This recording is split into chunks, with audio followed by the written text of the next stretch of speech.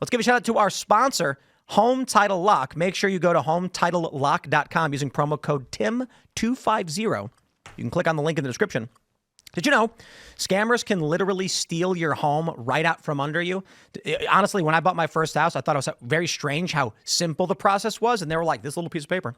The FBI calls it house stealing. It's a growing real estate scam targeting American homeowners. Here's how it works.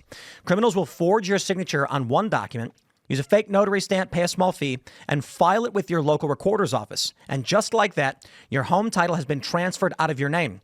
Then they can take out loans using your equity as collateral and even sell the property behind your back. You won't even know it's happening until you start getting collection or foreclosure notices. So let me ask you, when was the last time you checked your home title? If you're like me, the answer is never. Well, to be honest, when we got the notification Home Title Lock was sponsoring, I was like, we should probably look into that. And shout out to Home Title Lock. And that's exactly what scammers are counting on. That's why I trust Home Title Lock.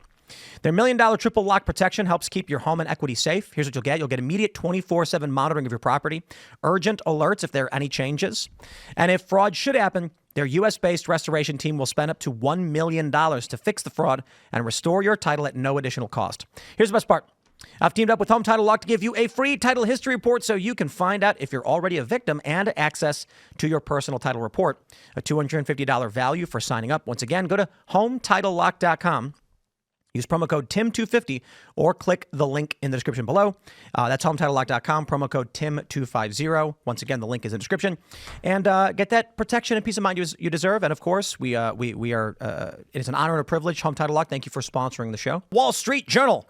House censures Rep. Al Green as Democrats face fallout from Trump protests. I love that. The fallout's only getting worse. It has now been several days. I watched this video and I was torn between anger and joy. It was a strange emotion as it felt as though fire and ice themselves were concentrated within me because the Democrats singing songs as they were trying to censure Al Green for screaming at Donald Trump. I'm just thinking to myself, these people are insane. They need to be expelled from Congress. This should not be tolerated. Republicans have the majority. Start expelling these people. But then I went, breathe, Tim. They're singing and dancing, and obstruction of Congress means we're going to win the midterms, and they're going to expel themselves. So I'd like to show for you the moment at which Al Green was censured, and instead of the actual censure process, this is what happened.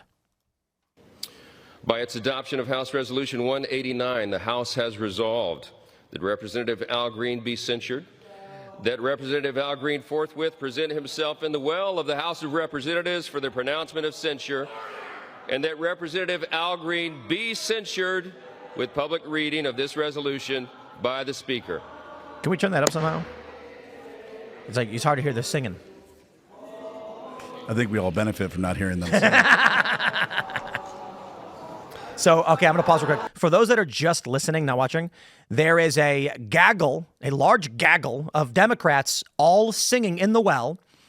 They're supposed to be issuing the censure of Al Green because Al Green stood up during Trump's State of the Union, not so State of the Union, and was wiggling his cane and screaming. And he was doing that because he wanted a campaign video to get reelected, not because it actually mattered. Nobody could hear what he was saying. And now Democrats are doing this very same thing again for the exact same reason. I mean, he's going to, here you go. The House had come to order. The House had come to order. Yeah, that's not going to work, Speaker. Order. Nope, that's not going to work. These people are psychotic. Just like an old white dude to cut the music off. That's right. Here we go. The House had come to order. Clear the well, please. Clear the well. The House has to continue its business. That didn't work. Nope. And they cut the audio for a second. And then my favorite part of this is the Republicans give up.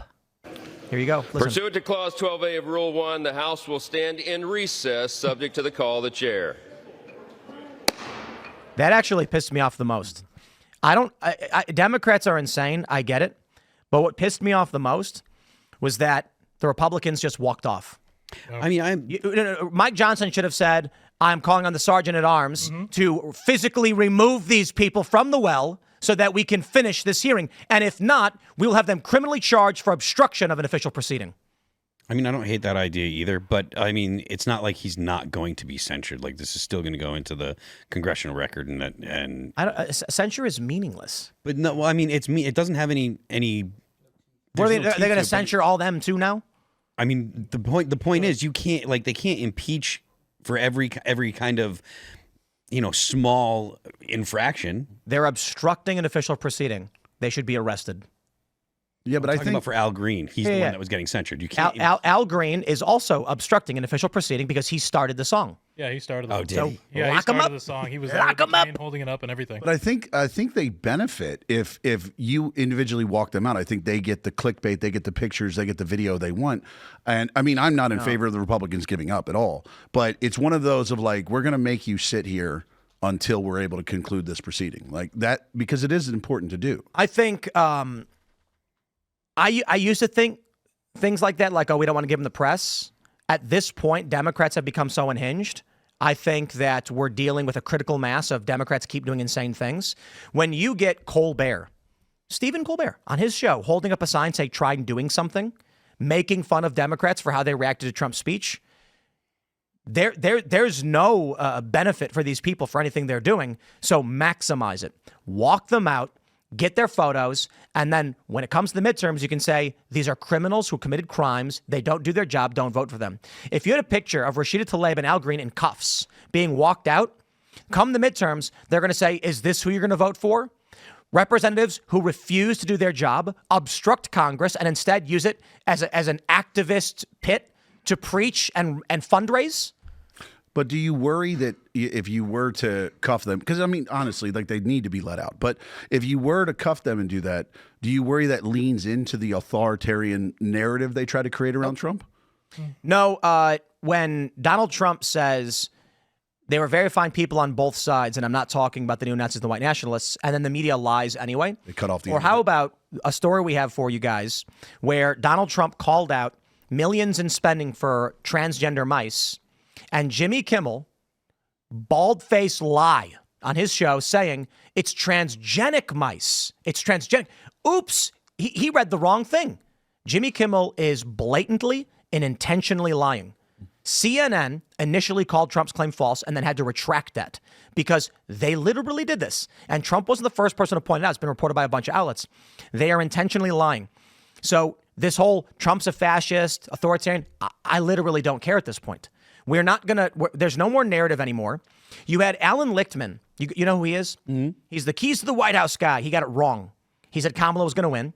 He's been having a mental breakdown ever since, and that is not an exaggeration. You watch the videos, the dude's sweating bullets and shaking. He probably cries himself to sleep, confused at the world. He put out a video today saying Trump voters are regretting their vote. Trump's latest poll has him down 44% to 51%, the worst of any president. And then you pull up the aggregate polling and Trump's up. Oh, yeah. He's up in everything. He's up big. So Alan Lichtman, these people know they're wrong. They know they're lying. And regular people voted for Donald Trump.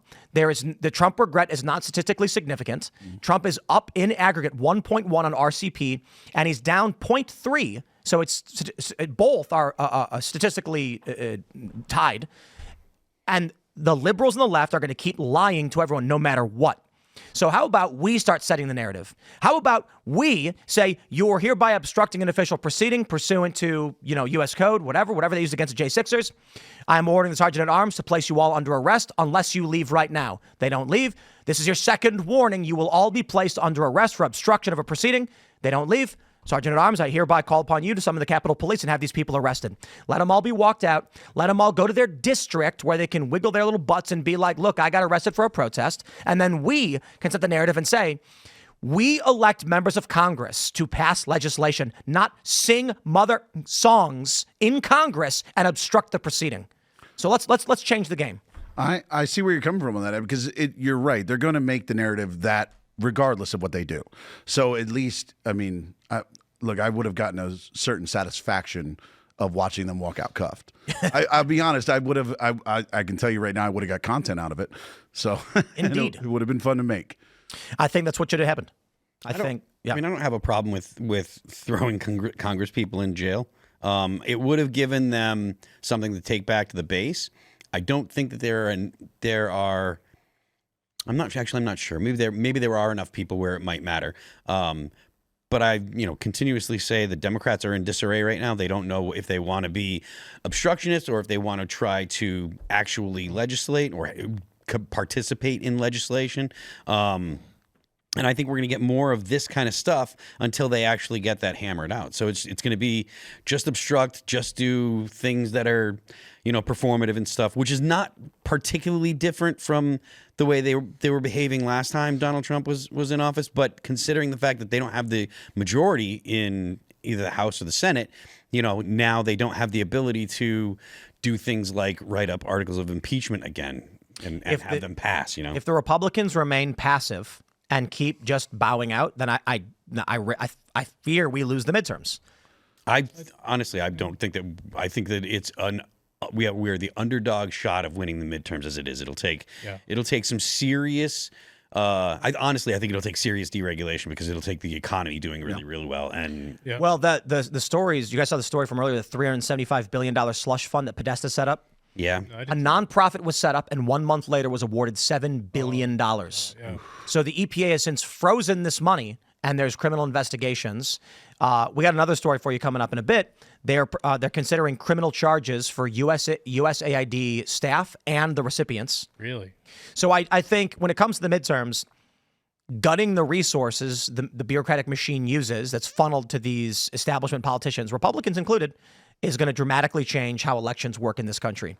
Because a lot of these members of Congress in 2 years are going to find they have no money for their campaigns. And the primaries are going to be very, very interesting. That's a good point. I never really thought about how USAID and those nonprofits really impact the campaigning for those individual parties. So it's... Well, it's circuitous, but some of it is true. The theory is that it's larger than we see, and that USAID gives money to a nonprofit, who then disperses that money to various nonprofits, who then donate to Democrats. Largely Democrats, some Republicans. Well, so what you could get when we roll up on the midterms, if we continue to cut the funding, is you're basically getting the circus without the money. You're getting the circus without the funding behind it to actually have any effect. Which, again, I mean, I'm all for that, but my worry is that.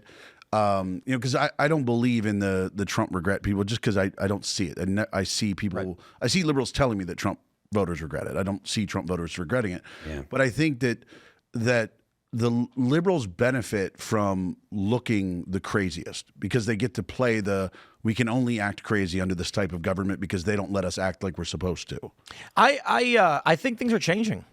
I think it's embarrassing to be a Democrat now. And that's why one of the reasons I think Trump won. And why he won a popular vote and a mandate every swing state. I think it's because people are looking at Democrats singing songs, and it's just like, I don't want to be a part of this. Thanks for checking out this clip from Timcast IRL. Make sure to watch the show live Monday through Friday at 8 p.m. Subscribe to this channel, and we will see you all there.